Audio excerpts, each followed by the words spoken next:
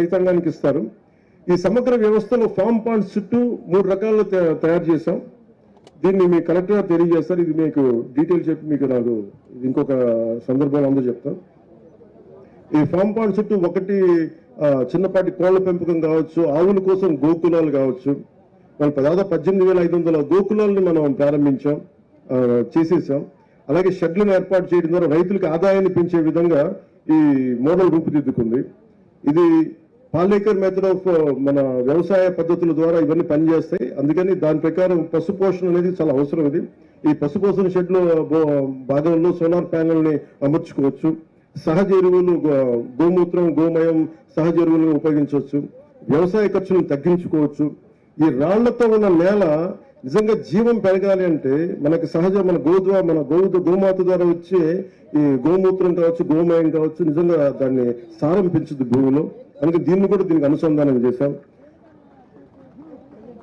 మనం కామధేను అంటాం కదా, ఆవుల ద్వారా పాల ఉత్పత్తితో పాటు గోమయం సహజ ఎరువుగా ఉపయోగించడం వల్ల భూసారం ఇందాక చెప్పినట్టు పెరుగుతుంది. దీనివల్ల పంట దిగుబడి పెరుగుతుంది. నేను ఓజీలో ఉండే యాక్టర్లో మాట్లాడచ్చు, సగటు రైతులో మాట్లాడుతున్నాను. భూమి మీద ఉన్న ప్రేమలో ఇలాగే మాట్లాడతారు.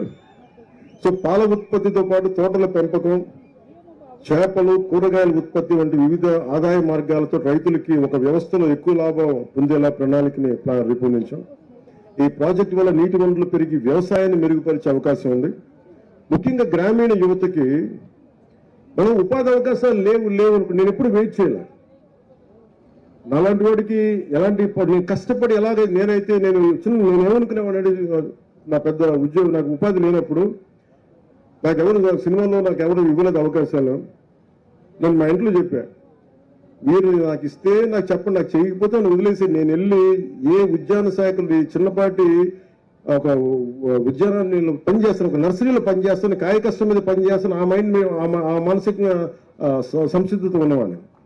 అండ్ ఎందుకంటే మీరు పని చెయ్యాలి అని కోరికున్నవాడికి, నిజంగా బద్ధకం అనేది లేని వాడికి మనకి లక్ష్మీదేవి ఉంటుంది తప్ప పక్కన, నిజంగా పని చేయలేదు అనుకున్నవాడికి కష్టాలు ఉంటాయి తప్ప పని చేద్దాం అనుకున్నవాడికి ఎప్పుడు కూడా ఏది ఎదురు కాదు. సో నేను మిమ్మల్ని ఒక విషయం గురించి మిమ్మల్ని ప్రత్యేకంగా ఆలోచించమంటా ఉన్నాను. రైతున్న కష్టపడతాడు, సమర్థవంతంగా పనిచేస్తాడని, కానీ సరైన వనరులు లేకపోతే, లేదా ఉన్న వనరులను సరిగ్గా ఉపయోగించుకోలేకపోతే అతని కష్టం వృధా అవుతుంది.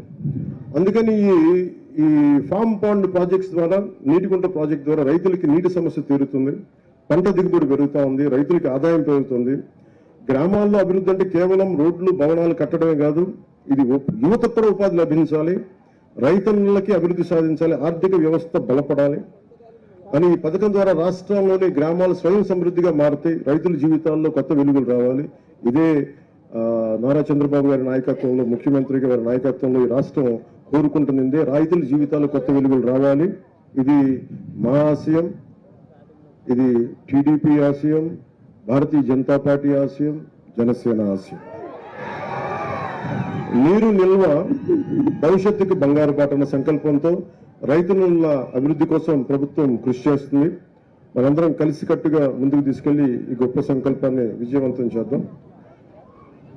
ఒక్క నిమిషం, మీ మాటలు నేను వినిపిస్తాను, చెప్తాను. సో రైతులకి జైజేలు తెలుపుకుంటూ జై ఆంధ్ర. కానీ జై హింద్ చెప్పబోయే ముందు మీ అందరి గురించి మాట్లాడాలి కాబట్టి నేను మాట్లాడతాను. అలా దారిలో వస్తూ ఉంటే ఇందాక అక్కడున్న ఎంపీడీఓలు మాకున్న సమస్యలు నా దృష్టికి తీసుకొచ్చారు. Group 1 MPDOs. ఇది ఖచ్చితంగా మన ఉన్నతాధికారులు ఇక్కడే ఉన్నారు, వారికి తెలియజేసి నేను మీ సమస్యకి ఒక పరిష్కార మార్గం వెతుకుతాం. అలాగే ఆంధ్రప్రదేశ్ గ్రామ పంచాయత్ సెక్రటరీ అసోసియేషన్